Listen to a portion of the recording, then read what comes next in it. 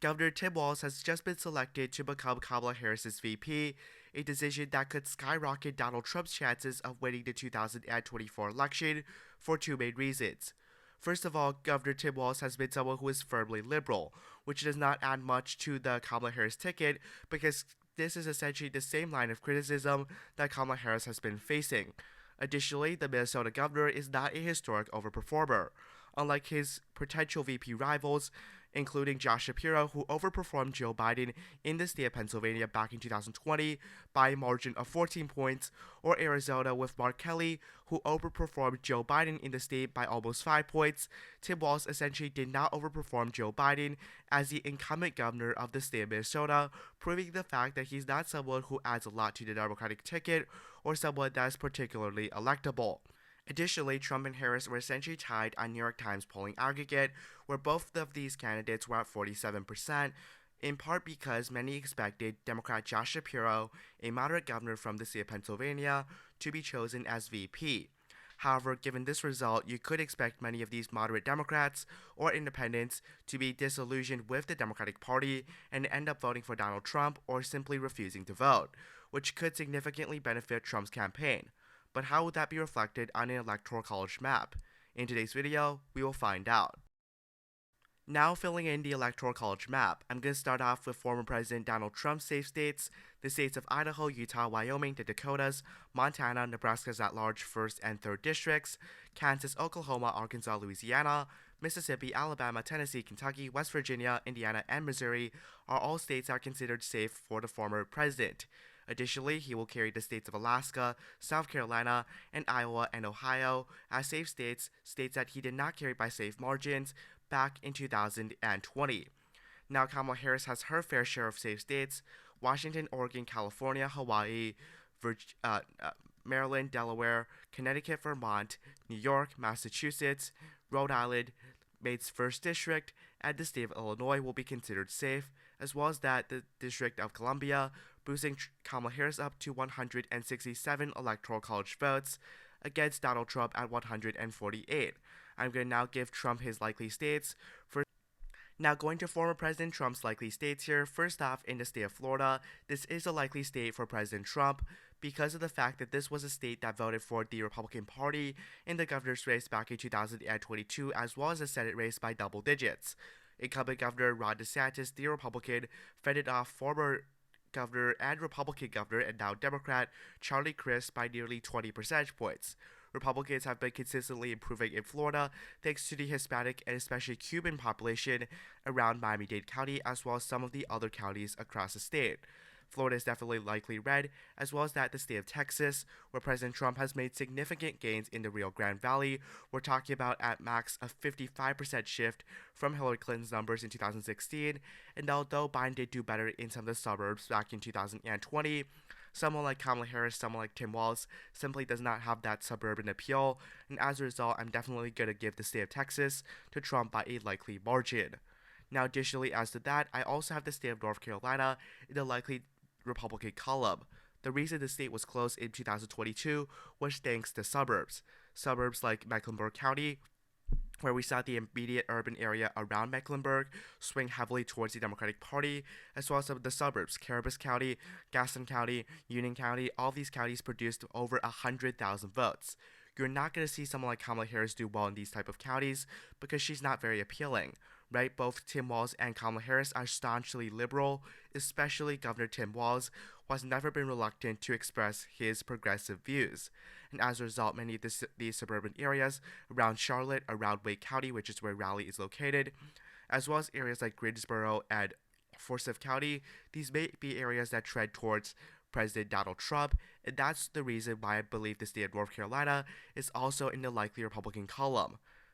Now going to the state that Kamala Harris will win by a likely margin, New Jersey is a state that I'm not really going to talk about. New Jersey likely in favor of the Democratic Party. Additionally, Colorado will be a state that will be likely Democrat. I don't think that's too surprising. I forgot about Maine's 2nd district here. I'm actually going to put that as safe for the Republican Party, a district that Republicans will win by more than 12 because it's a very working class rural district, exactly the type of district that I do not believe Kamala Harris or Tim Walz has significant appeal in. Joe Biden lost the district by 7. They're only going to do significantly worse. Now going to some of the other states on this map here. Now, before we even get to the remaining states, you can see that Donald Trump has already exceeded his 2020 number in terms of the raw total of the Electoral College votes, but he's about to do a lot better. First off, in the state of Nevada geographically. The state of Nevada is a state with a pretty predominant Hispanic population, a group of voters that Harris theoretically would do better than Joe Biden. However, that's only theory, and in my opinion, that's not really fact in this scenario. That's because Hispanic voters are traditionally more socially conservative and voters with religious beliefs. And as a result, Democrats, especially progressives like Tim Walz, like someone like Kamala Harris who is more liberal, they're not going to do well in a state like Nevada, where a lot of these voters are socially conservative, in a state where abortion issues are unlikely to resonate with a lot of voters. And as a result here, I'm going to have to right now say, because of some of the trends as well, Clark County has been trending towards the Republican Party in around the last 2 decades, very Hispanic filled, about 2/3 of the state's population. As a result, right now, I have to say that Nevada is leaning towards the Republican Party. Now going to the state of Arizona. Now, realistically, the VP that I thought that Kamala Harris should have picked was Mark Kelly. Mark Kelly was someone who did end up performing quite well in his Senate race there back in 2020 and 2022. And he was someone who was more moderate, someone with an astronaut background, and as a result could resonate with a lot of moderate voters. However, right now, after choosing Tim Walz, and again, the state of Arizona is a state where a lot of moderate voters are present. For example, in Phoenix County, which is essentially 2/3 of the state's population almost, what we saw was that Joe Biden was able to win this county because he was someone who was perceived as more establishmentarian, someone who was more moderate, and someone who won over a lot of moderate voters, and as a result won the state. There's a lot of John McCain type of Republicans who refused to back Trump who actually backed Biden in 2020. However, if you're picking someone like Tim Walz for VP, and you yourself, Kamala Harris isn't someone who is particularly known for being moderate, that could be an issue. Plus the fact that polling has been pretty poor for the Democratic Party in the state of Arizona, at least on a presidential level, I'm inclined to put the state of Arizona again in the leading Republican column. Now going to the next state here, the state of New Mexico. New Mexico is a state that voted for Joe Biden by 11 points. Right now, I'm still inclined to put this in the likely Democratic column just because of the fact that although Hispanics and some of the rural areas have been shifting more Republican, I don't believe that the state's going to shift 6 points or more, and as a result, right now, I'm going to put the state of New Mexico still in the likely Democratic column. Now going to the state of Georgia, where again, picking Tim Walz could be extremely problematic for one good reason. That is because the state of Georgia, again, you see a lot of these voters who are more moderate, a lot of these suburbanites that ultimately decided 2020 election. The reason that Joe Biden won these suburban areas, in part, was because of minority turnout, which Kamala Harris is really able to engage. However, a greater part of his success was because of the fact that he was able to turn out white college-educated suburbanites who traditionally voted Republican and in 2020 voted Democrat. For example, in areas like Gwinnett County, in areas like Cobb County, right? These were counties that shifted 12 points to the Democratic Party. Let's go to another county, for example. Rockdale County, less populated, 15-point shift. Henry County, less populated, 16-point shift. Right, this Atlanta area, as well as some of these suburban areas around Atlanta, and even some of the exurbs who are traditionally more conservative. Forsyth County, right, a very conservative county, still shifted 14 points to the Republican Party. This was why Joe Biden was able to win the state. He had high suburbanites turnout. He had a lot of suburbanites turning out for him. But again, those are voters who are traditionally more moderate. Voters who are traditionally moderate Republicans, like type of Brian Kemp Republicans, who decided to back Joe Biden over someone like Donald Trump. However, with Kamala Harris and Tim Walz in the mix, I could easily see many of those voters revert back to Donald Trump because they feared this type of progressive notion, and as a result right now, Georgia is definitely leading in the Republican column, if not likely. Now going to the state of Virginia here. Virginia is a state that, again, I believe Tim Walz would not have particularly strong appeal because, look, right, the state of Virginia, another state where suburban areas really matter.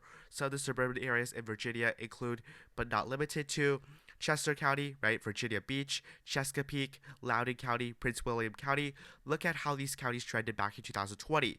right? We go to Virginia Beach, 9-point trend towards Biden. Chesapeake, 8-point shift towards Biden. Chesterfield, 9-point shift towards Biden, right? We go to Prince William, 6-point shift towards Biden.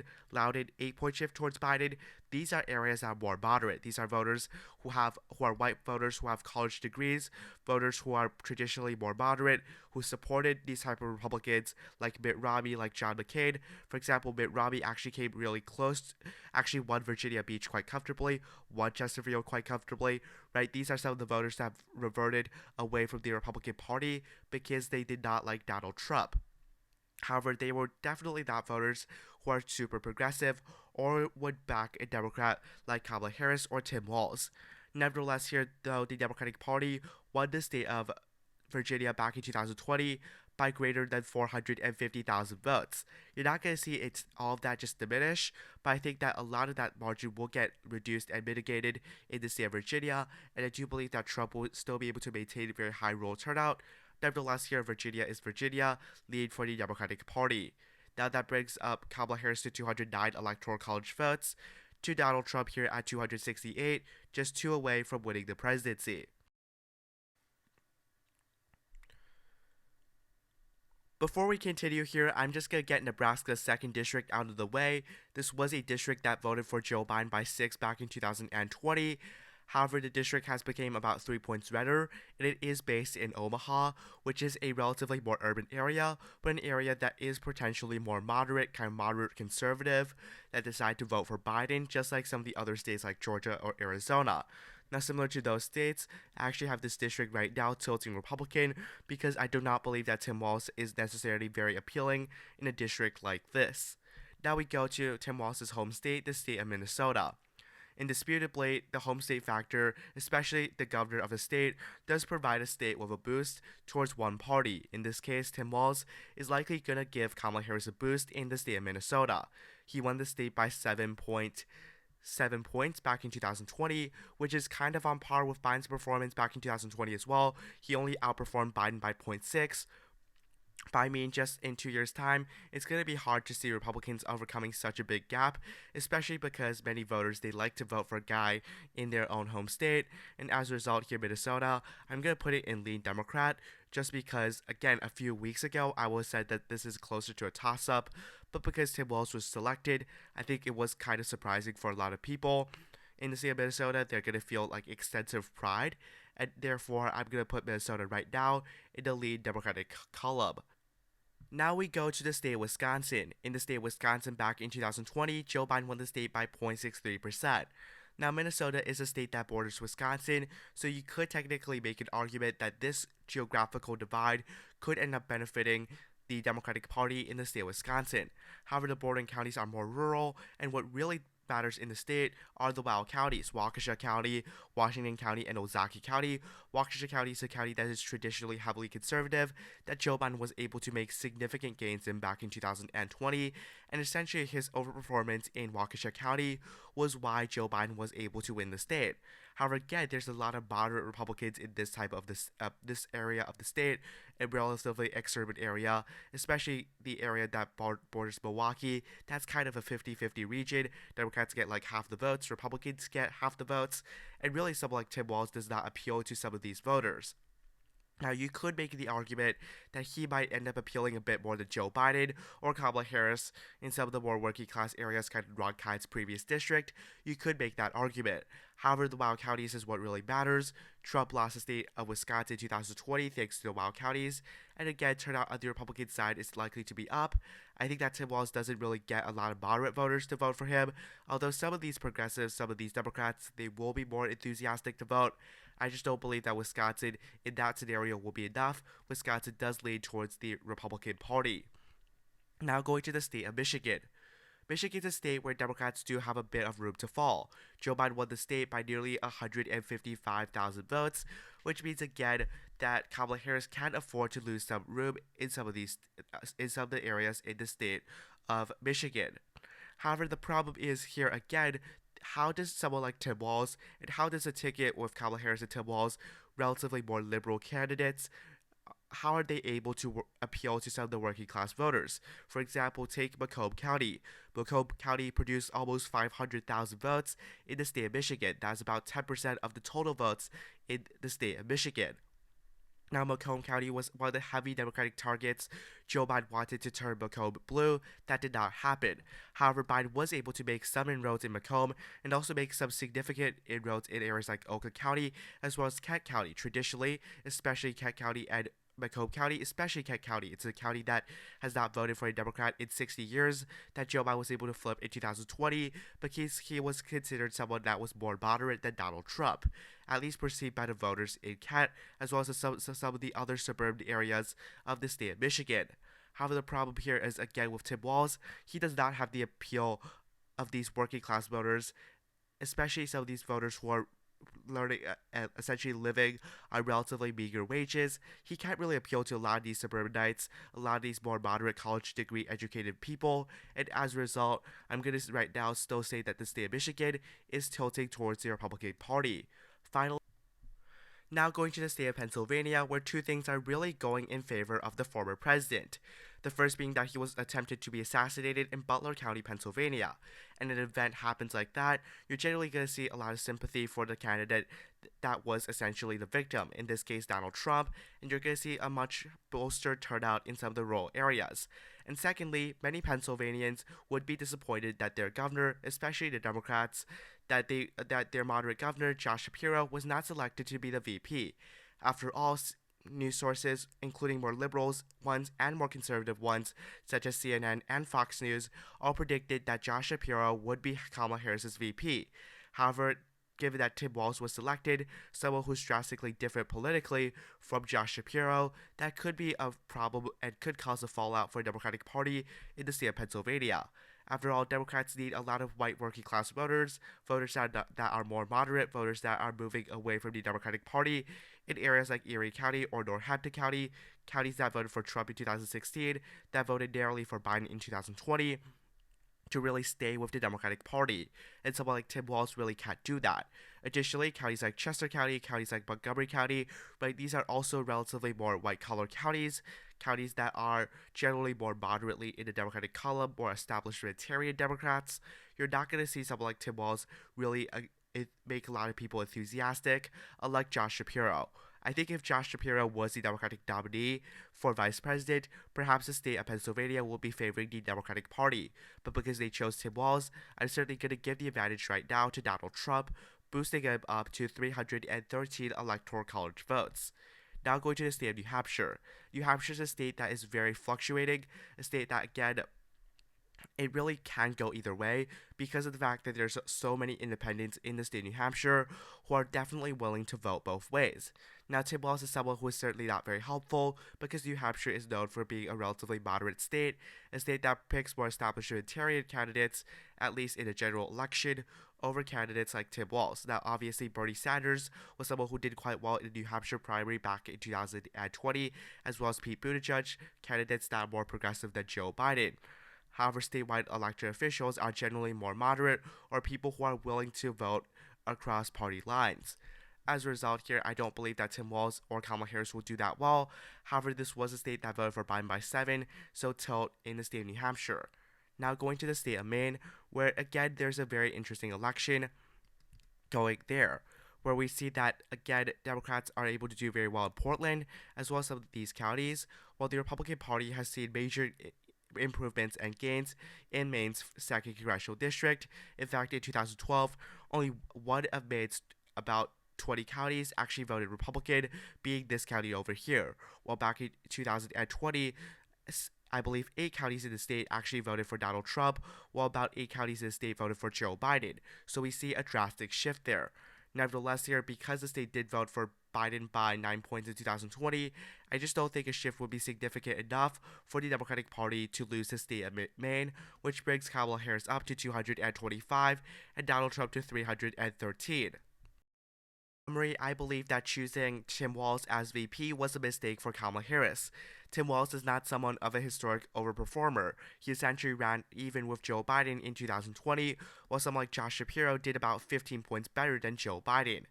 Again, I think Kamala Harris made a severe mistake picking VP If she had picked someone like Josh Shapiro, perhaps Pennsylvania will be in the Democratic column. If she had picked Mark Kelly, then Arizona perhaps would be in the Democratic column. But because she picked someone like Tim Walz, someone who simply was quite progressive, and someone who did not really differentiate from Kamala Harris, who was also labeled by some of these more moderate voters as someone who was too liberal, I believe that this was a fundamentally bad choice on Kamala Harris's behalf as well as her team on selecting VP, and as a result, I do declare right now that Trump is the favored in the 2024 general election. Thank you for watching. Have a nice day. Goodbye.